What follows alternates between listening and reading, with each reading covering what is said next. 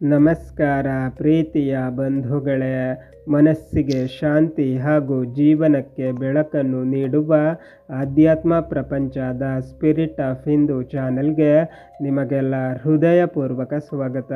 ಶ್ರೀ ವಾಲ್ಮೀಕಿ ರಾಮಾಯಣ ಬಾಲಕಾಂಡ ಸರ್ಗ 54. ಶಬಳೆಯು ಸೃಷ್ಟಿಸಿದ ಸೈನ್ಯಕ್ಕೂ ವಿಶ್ವಾಮಿತ್ರನ ಸೈನ್ಯಕ್ಕೂ ಯುದ್ಧ. ಎಲೈ ರಾಮನೇ, ವಸಿಷ್ಠ ಋಷಿಯು ಕಾಮಧೇನುವನ್ನು ಬಿಟ್ಟುಕೊಡದಿದ್ದುದರಿಂದ ವಿಶ್ವಾಮಿತ್ರನು ಅದನ್ನು ಬಲಾತ್ಕಾರದಿಂದ ಎಳೆದುಕೊಂಡು ಹೋಗಲಾರಂಭಿಸಿದನು.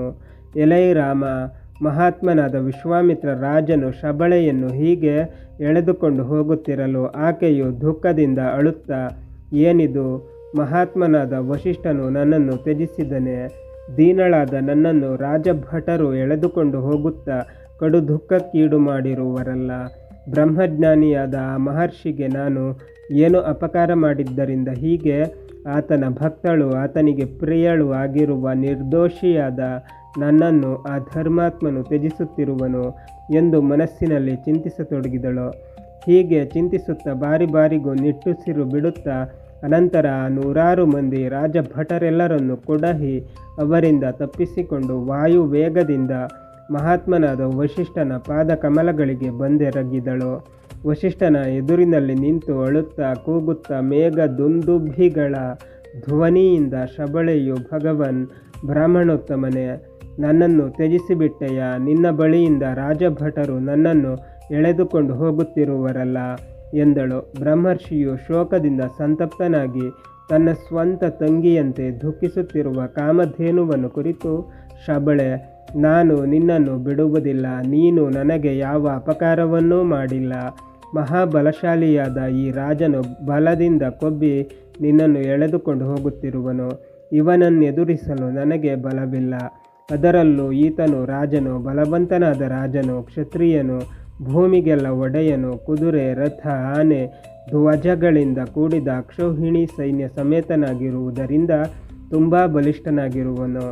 ಇವನನ್ನು ನಾನು ಹೇಗೆ ಎದುರಿಸಲಿ ಎಂದನು. ಹೀಗೆ ನುಡಿದ ಅಮಿತ ತೇಜೋವಂತನಾದ ಬ್ರಹ್ಮರ್ಷಿ ವಸಿಷ್ಠನನ್ನು ಕುರಿತು ಮಾತು ಹೇಳುವುದರಲ್ಲಿ ಚತುರೆಯಾದ ಕಾಮಧೇನುವು ಕ್ಷತ್ರಿಯನ ಬಲವನ್ನು ಬಲವೆಂದು ಗಣಿಸುವುದಿಲ್ಲ. ಬ್ರಾಹ್ಮಣನು ಹೆಚ್ಚು ಬಲವುಳ್ಳವನು.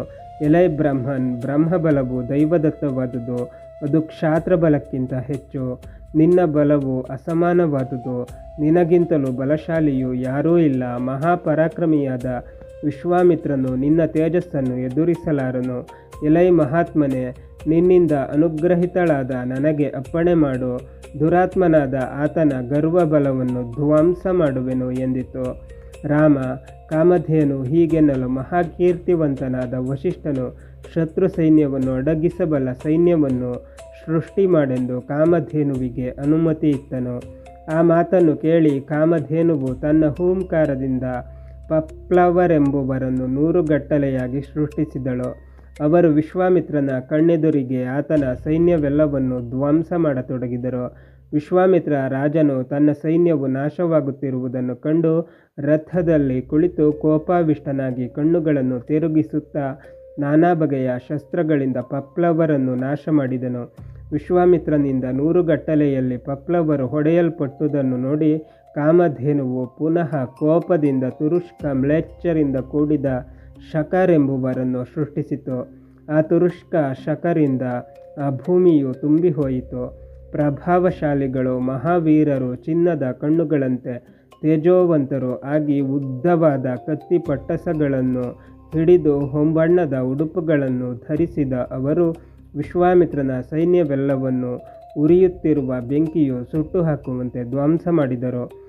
ಆಗ ಮಹಾ ತೇಜಸ್ವಿಯಾದ ವಿಶ್ವಾಮಿತ್ರನು ದಿವ್ಯಾಸ್ತ್ರಗಳನ್ನು ಪ್ರಯೋಗಿಸಿ ಆ ಯವನ ಕಾಂಭೋಜರನ್ನು ಪಪ್ಲವರನ್ನು ಹೊಡೆದು ನಿರ್ವೀರ್ಯರನ್ನಾಗಿ ಮಾಡಿದನು. ಬಂಧುಗಳೇ, ಶ್ರೀ ವಾಲ್ಮೀಕಿ ರಾಮಾಯಣ ಮುಂದುವರಿಯುತ್ತದೆ. ಅಲ್ಲಿಯ ತನಕ ನಮ್ಮ ಚಾನಲನ್ನು ನೋಡ್ತಾ ಇರಿ. ಎಲ್ಲ ವಿಡಿಯೋಗಳನ್ನು ನೋಡಿ, ಶೇರ್ ಮಾಡಿ, ಲೈಕ್ ಮಾಡಿ, ಕಮೆಂಟ್ ಮಾಡಿ. ಹಾಗೆ ನಮ್ಮ ಚಾನಲನ್ನು ಸಬ್ಸ್ಕ್ರೈಬ್ ಮಾಡಿ, ಮರೆಯದೆ ಗಂಟೆ ಸುದ್ದನ್ನು ಒತ್ತಿ.